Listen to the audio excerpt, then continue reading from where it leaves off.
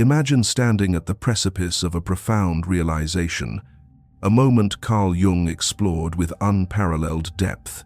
He uncovered a truth that defies conventional wisdom.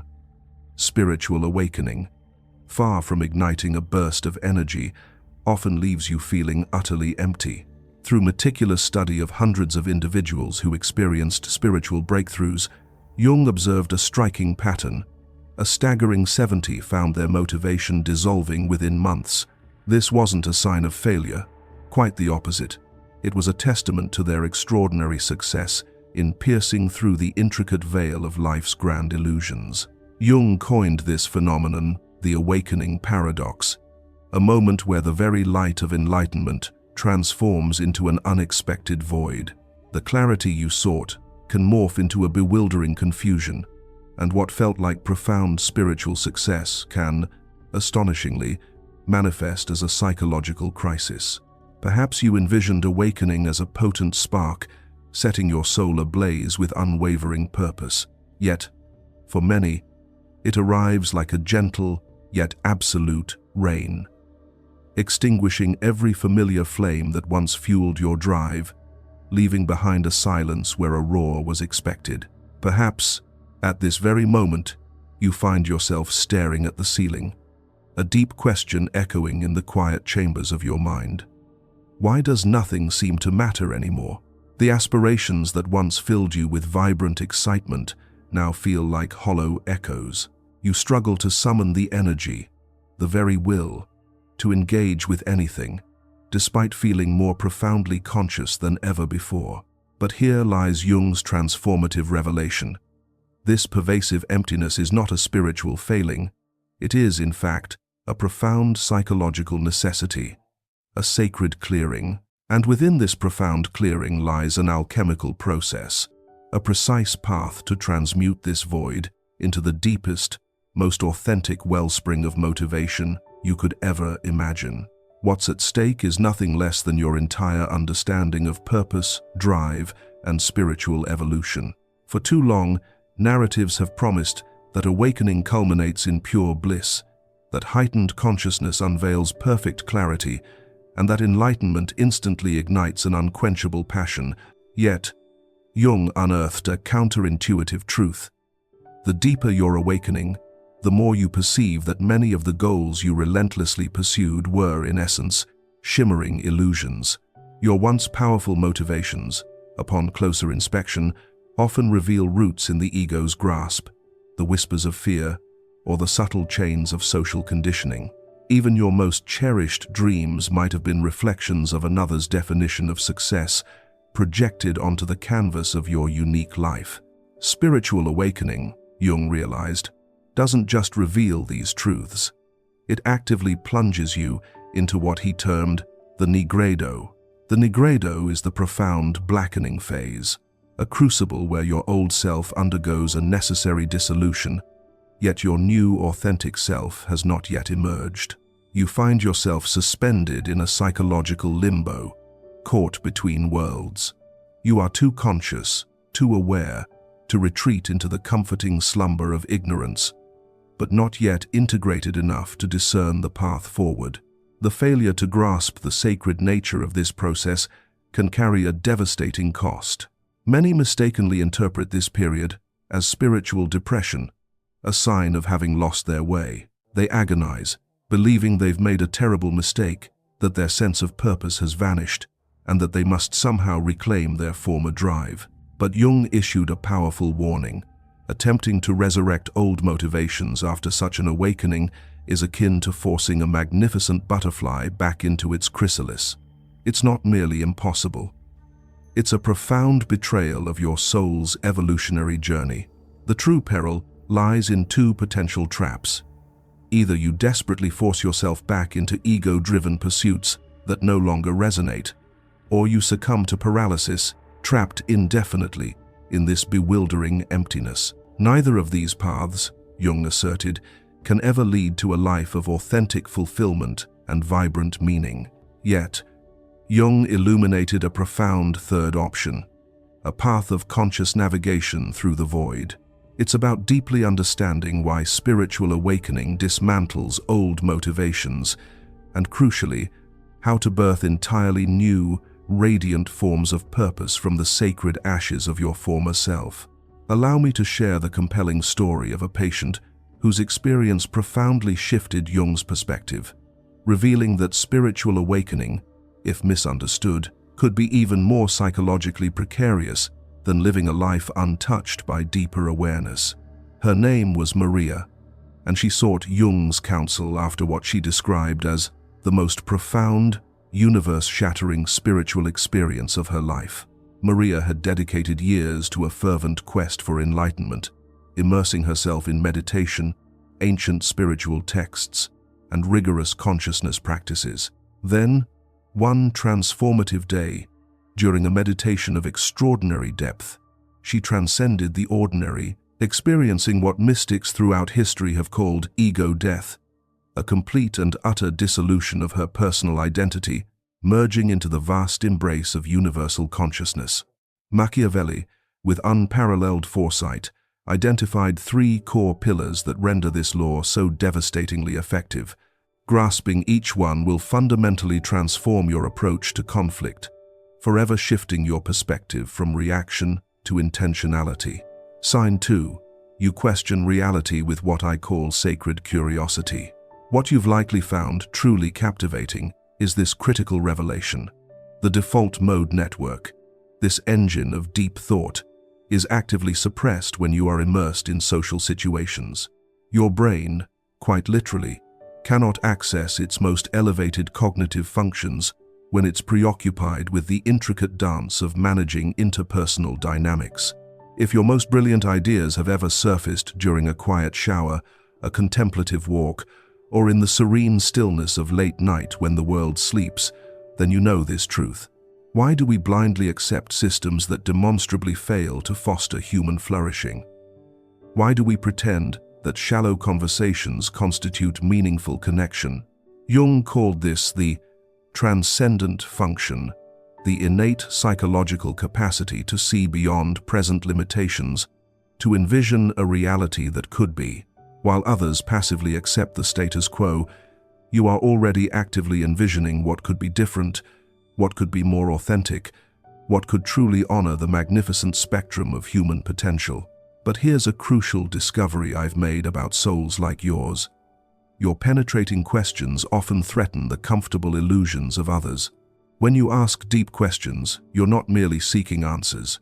You are, whether intentionally or not, challenging the very psychological defenses that keep people feeling safe within their self-imposed limitations. If you've ever been told you ask too many questions or think too deeply about things, let this be your affirmation. Your curiosity is sacred. Sign 3. You've developed what I call conscious independence. Jung famously stated, "The most terrifying thing is to accept oneself completely." You, however, have learned to do precisely this, not always by conscious choice, but by a profound psychological necessity. According to Jung's extensive research, rare personalities frequently develop what he termed individuated consciousness far earlier than others, often forged in the fires of adversity. What Jung understood, and what most people miss, is that your profound independence is not a defensive mechanism born of fear. It is an extraordinary achievement, a testament to your resilience.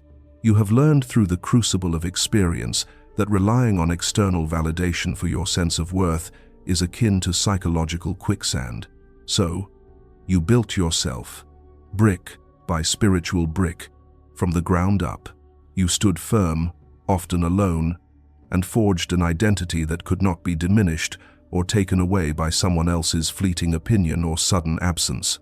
Jung named this transformative process individuation, the arduous yet ultimately liberating psychological journey toward becoming a complete, integrated whole.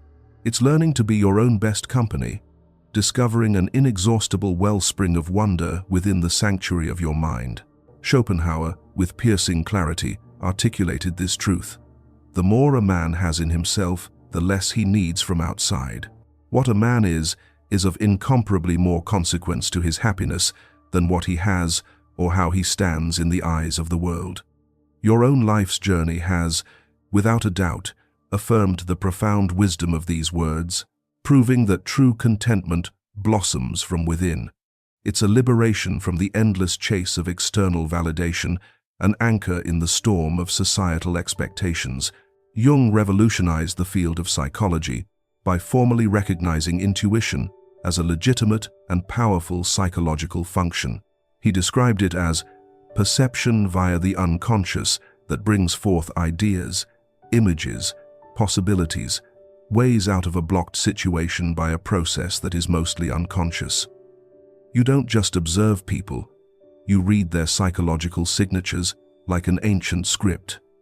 You instinctively notice micro-expressions that flicker across faces, subtle energy shifts in a room, the resonant weight of the words they don't say. Jung would have recognized this as potent evidence of what he called active imagination, the innate ability to perceive far beyond the obvious, to grasp the unspoken realities. When someone declares they're fine, but their entire energetic field screams distress, you cannot unsee it. When an unspoken tension hangs heavy in a room, unnoticed by others, you feel it deep in your bones, a visceral tremor. This isn't paranoia. It's psychological sensitivity operating at a level that most people never cultivate. But Jung also issued a crucial warning. If you don't learn to consciously protect and manage this profound sensitivity, it will inevitably exhaust you.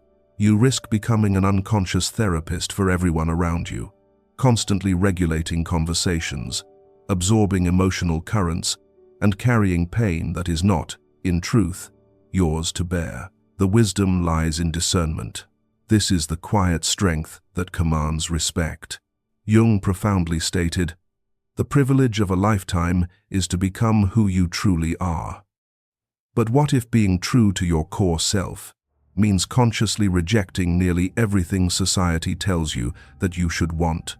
Jung discovered that certain personalities are psychologically incapable of living inauthentic lives.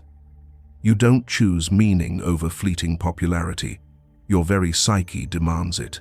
You've likely, at some point, attempted to live for external validation, following scripts, playing expected roles, seeking applause. But Jung would have recognized the telltale symptoms immediately. That insidious, knowing emptiness. That gnawing sense of betraying something essential within your soul. That quiet desperation lurking beneath even the loudest applause. According to Jung, when you live against your psychological type, you don't just feel uncomfortable, you develop what he called neurotic symptoms. Your psyche literally rebels against inauthenticity, sending distress signals. You simply cannot pretend that shallow goals truly matter. If you've ever chosen the quiet sanctity of your own space over a bustling social event and felt a deep, genuine happiness in that choice, then you understand. Comment below. I found myself in the silence. When you steadfastly refuse to settle for anything less than authentic connection and purpose, you subtly, yet powerfully, compel others to confront their own inauthenticity, igniting a spark of self-inquiry. Sign 6. You've outgrown people and environments repeatedly. People instinctively begin to treat you differently. They speak more carefully in your presence. They seek your approval more eagerly. They respect your judgment more deeply. This is what Machiavelli termed the paradox of invulnerability. The more futilely people try to attack you, the more powerful you become. This isn't because you've become difficult or aloof. It's because you have courageously shed layers of conditioning, old beliefs, and limiting identities that no longer serve the magnificent being you are becoming. Jung called this process psychological death and rebirth, a necessary dismantling before a new, more authentic self can emerge. The friends who knew you when you were shrinking, when you were people-pleasing, when you were suppressing your deepest truth, they remember that version of you. It's a conscious act of prioritization, a commitment to intellectual growth over superficial engagement. When you do choose silence, ensure it's a silence so potent, so memorable, that people will think twice, perhaps even 3 times, before challenging you again. Let me equip you with an ironclad execution framework, a 5-element blueprint I call the D-R-E-A-D method. Master these and you will never again lose a psychological confrontation. It's not an absence of warmth, but a cultivation of inner fire, fueled by quiet reflection. Your astute observations perfectly align with what contemporary research now unequivocally confirms, echoing Schopenhauer's timeless wisdom. Studies consistently demonstrate that groundbreaking creative insights and paradigm-shifting breakthroughs typically blossom during periods of solitary reflection, not amidst the cacophony of group brainstorming sessions. You've likely noted that history's most innovative thinkers, from the cosmic vision of Einstein to Darwin's meticulous observations, Tesla's inventive genius, and Virginia Woolf's literary brilliance, all meticulously structured their lives to safeguard substantial periods of profound solitude. They understood that the muse whispers in quiet moments, not in crowded rooms. Remain physically still. No fidgeting, no nervous gestures, no defensive crossing of arms, no strained, nervous laughter. Your body language must radiate absolute, unshakable calm. As Machiavelli observed, the body that does not flinch reveals a mind that cannot be conquered. Plant your feet firmly, relax your shoulders, keep your hands visible and still. If you are seated, resist the urge to lean forward defensively. Instead, lean back ever so slightly. A subtle posture that subconsciously communicates you are utterly unthreatened by their words. Sign 8. You sense a purpose that can't be defined yet. Jung wisely advised, your vision will become clear only when you can look into your own heart. Who looks outside, dreams. Who looks inside, awakens. If you feel a persistent, undeniable sense that you are destined for something far more than the ordinary, Jung would have recognized this as a powerful manifestation of the transcendent function, your psyche's inherent, magnetic drive toward individuation and a higher purpose. You feel it, that restless, undeniable knowing that you have something profound to contribute, something essential to build, something vital to express. It might not yet be crystal clear, its form still emerging from the mist, but its presence is undeniable, a deep hum in your soul.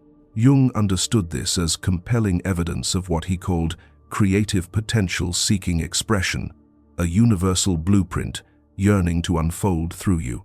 This isn't about fleeting fame or external recognition, it's about authentic alignment, the profound psychological necessity of living in harmony with your deepest, most authentic nature.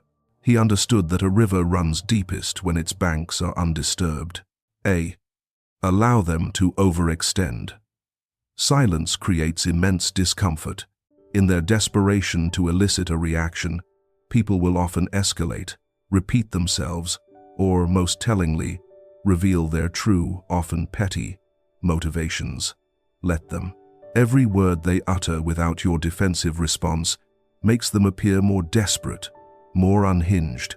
This is where most people falter, jumping in too early, compelled to calm things down when the other person becomes agitated. Resist this urge. Let them expose their true character to everyone in the room when they don't get the emotional payoff they crave. Stage 1. The unconscious outsider. If you've ever felt a profound mental exhaustion after a day of even pleasant socializing, then you understand this truth. Share your insight below. People drain my batteries. Solitude charges them. Jung observed that people in this stage frequently develop what he called persona rigidity. They become so intensely focused on appearing normal, on presenting a palatable facade to the world, that they lose vital touch with their authentic, magnificent selves. Stage 2. The awakening individual. Here, a profound shift begins.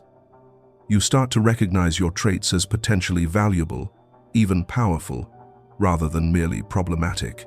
You begin to grasp Jung's transformative concepts of psychological types and intuitively see where you truly fit within this grand tapestry of human experience. You embark on the courageous process of what Jung called shadow integration, the vital work of acknowledging, understanding, and ultimately owning all the parts of yourself you've been conditioned to reject or hide. It's crucial to understand, however, that in intimate relationships, your partner might initially escalate when you don't respond in the familiar, defensive way they expect. They might even accuse, "See, you don't even care enough to defend yourself. This proves you don't love me." This is a potent form of emotional manipulation designed to yank you back into their defensive frame. Do not take the bait. Instead, recognize the deeper truth. They are frustrated because their usual pattern of attack, defense resolution, is no longer working. Stage 3. The individuated consciousness. At this pinnacle stage, you have fully integrated your rare traits into a coherent, authentic identity. You possess a clear understanding of your profound purpose and live it consciously with unwavering intention. You have cultivated what Jung called psychological wholeness, the sublime ability to be authentically yourself, with all your unique gifts and complexities, while simultaneously remaining deeply connected to humanity. At this stage, you don't just live authentically, you become what I call a beacon, a radiant lighthouse for other rare souls still navigating their own awakening. In the vast, interconnected arena of the digital world, this law becomes exponentially more powerful, acting as an impenetrable shield. Every word, every reaction is recorded, witnessed by thousands, and permanently etched into your digital reputation. When someone attempts to publicly shame you on social media, every fiber of your being screams to clarify, to set the record straight, to valiantly defend your name. But remember Machiavelli's timeless observation: the person who explains often appears guilty, even when innocent. But Jung also issued a crucial, often overlooked warning that many rare personalities never fully grasp. You must integrate your shadow, or your extraordinary gifts, ironically, can become your very prison. What does this profound statement truly mean? Even the most rare and advanced personalities possess unconscious aspects, shadow patterns, that can subtly sabotage their growth and hinder their true expression. Jung meticulously identified several shadow patterns, particularly common to psychologically advanced individuals. The superiority complex shadow. This manifests when you begin to perceive your rarity as definitive evidence that you are inherently better than others, rather than simply beautifully different. This dangerous path inevitably leads to isolation, arrogance, and a profound disconnect from the very humanity you are meant to serve. The messianic shadow. Here, you become convinced that it is your sacred duty, your sole responsibility, to wake up or heal everyone around you. This path, though well-intentioned, inevitably leads to profound burnout, exhaustion, and deep resentment when others do not appreciate or respond to your intense efforts. The martyrdom shadow.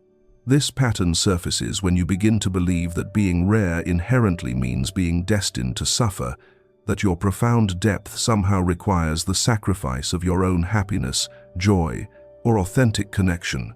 This is a subtle self-betrayal, dimming your light under the guise of noble sacrifice. You've likely also experienced the quieter, more solitary facet of this heightened awareness, the frequent sensation of inhabiting a subtly different world from the majority. You can probably discern the intricate games people play, the carefully constructed illusions they maintain, and the underlying psychological mechanisms that silently orchestrate most social behavior. It's like having X-ray vision in a world of masks, seeing the true motivations beneath the surface performance. If you've ever felt like you were observing human behavior from a detached yet empathetic distance, even while fully participating, then you know this unique perspective. Comment below. I see the patterns everyone else misses. This question puts them on the defensive, forcing them to justify their attack. Schopenhauer possessed an astonishing foresight regarding creativity, a truth that modern neuroscience is only now beginning to unequivocally confirm. Original thinking, he understood, demands what we call creative restoration, those sacred periods of mental quietude that allow nascent ideas to gently unfurl and emerge from the fertile ground of the unconscious mind. The vast majority of truly breakthrough insights do not spring from the hurried dynamics of social brainstorming or even collaborative thinking. But here is the most profound, the most beautiful secret no one tells you about mastering Machiavelli's law. It doesn't just change how others perceive you. It fundamentally transforms how you see yourself, unleashing an unparalleled sense of inner freedom. When you liberate yourself from the incessant need to defend every action, explain every decision, and justify every choice, something truly profound blossoms within. The light matchers. These are the truly rare individuals who have courageously done their own deep psychological work and can meet you at your profound level of depth without needing to consume your energy or diminish your radiance. They celebrate your magnificent rarity while fiercely maintaining their own psychological sovereignty. They are your soul tribe. Jung discovered something truly beautiful about rare personalities who learn to navigate relationships with conscious discernment. They become living mirrors, reflecting back to others their own inherent potential for psychological development and spiritual awakening.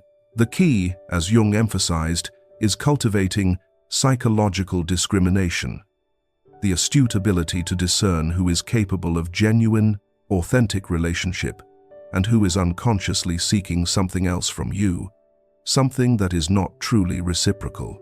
This magnificent transformation, however, comes with its own unique cost.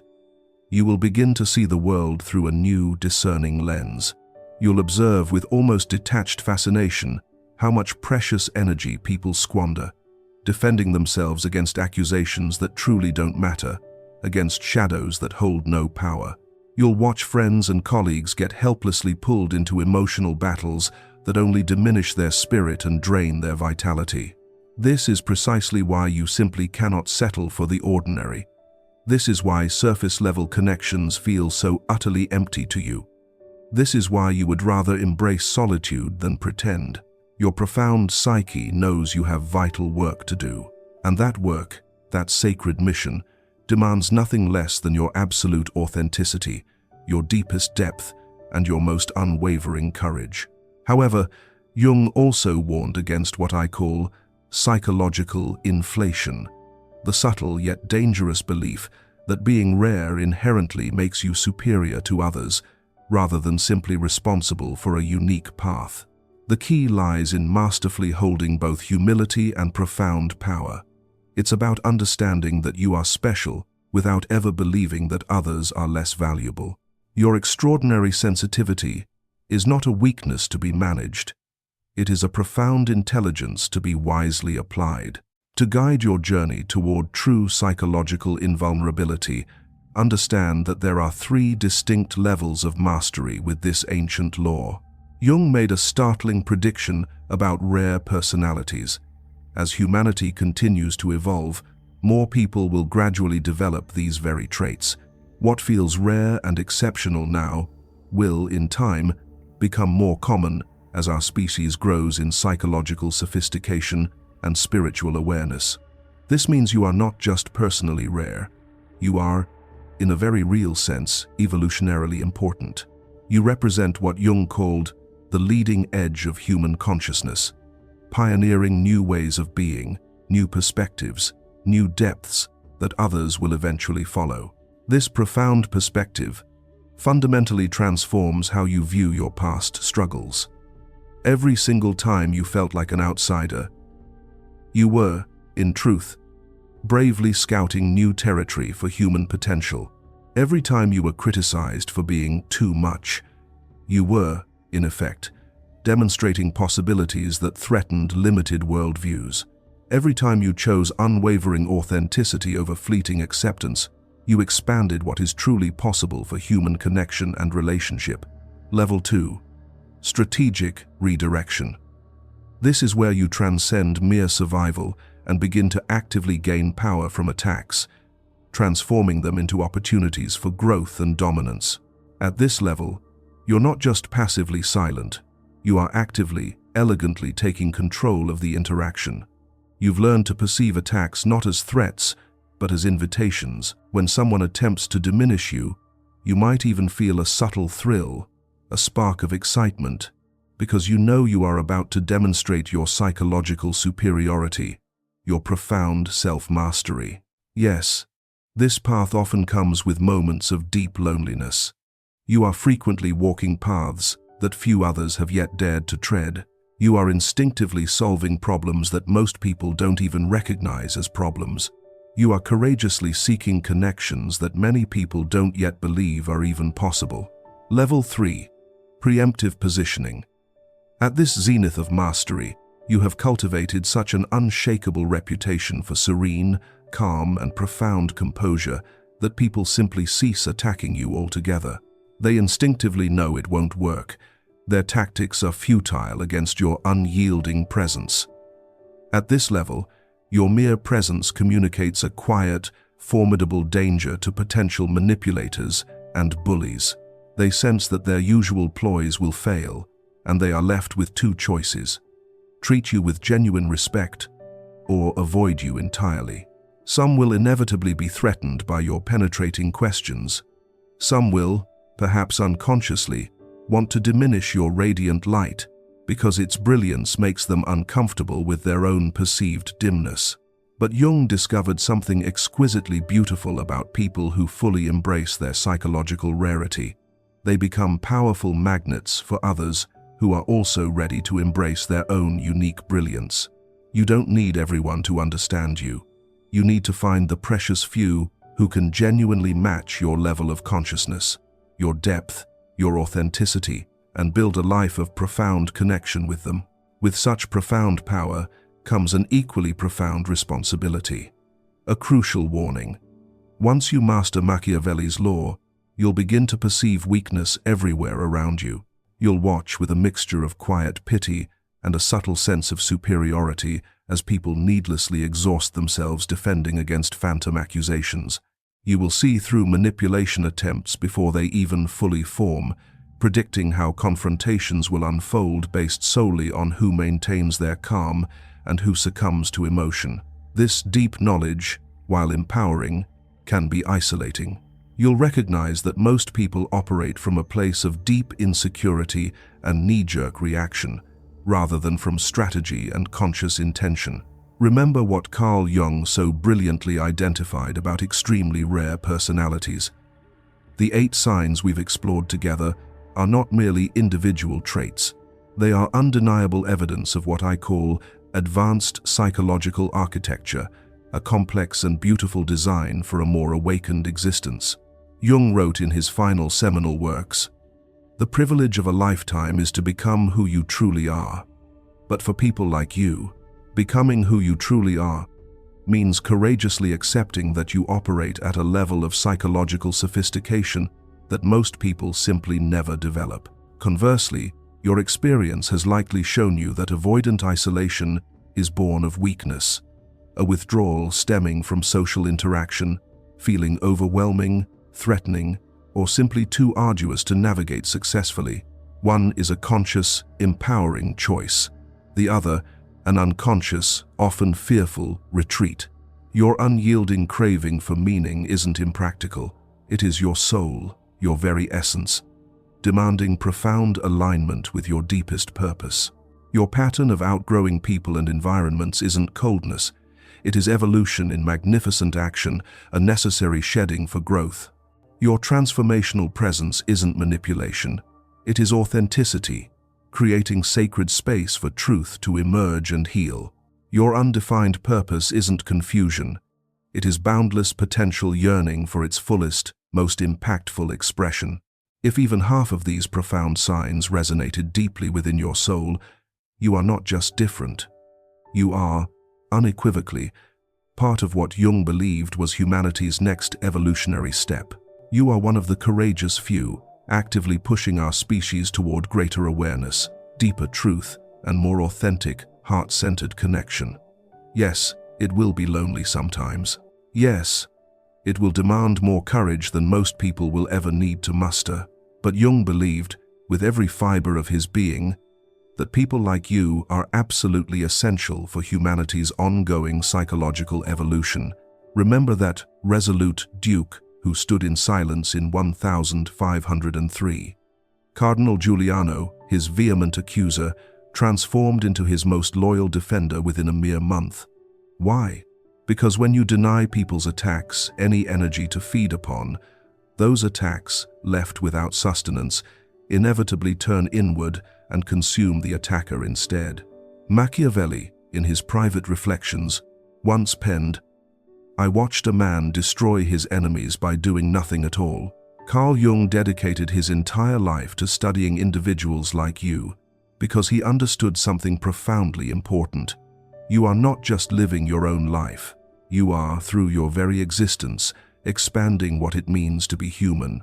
The world does not need you to be smaller, quieter, or more convenient. The world, in its deepest yearning, needs you to be exactly what you are. Psychologically rare, radiantly authentic, and fiercely proud of it. If you are ready to fully embrace your psychological rarity and to stop apologizing for the extraordinary traits that make you who you are, claim your truth below. I am evolutionary consciousness in human form. Share this message with someone who needs to be reminded of their own profound psychological rarity. Remember, you're not too much. The world is too little, and Jung knew that people like you are the ones destined to change that. Your journey is just beginning.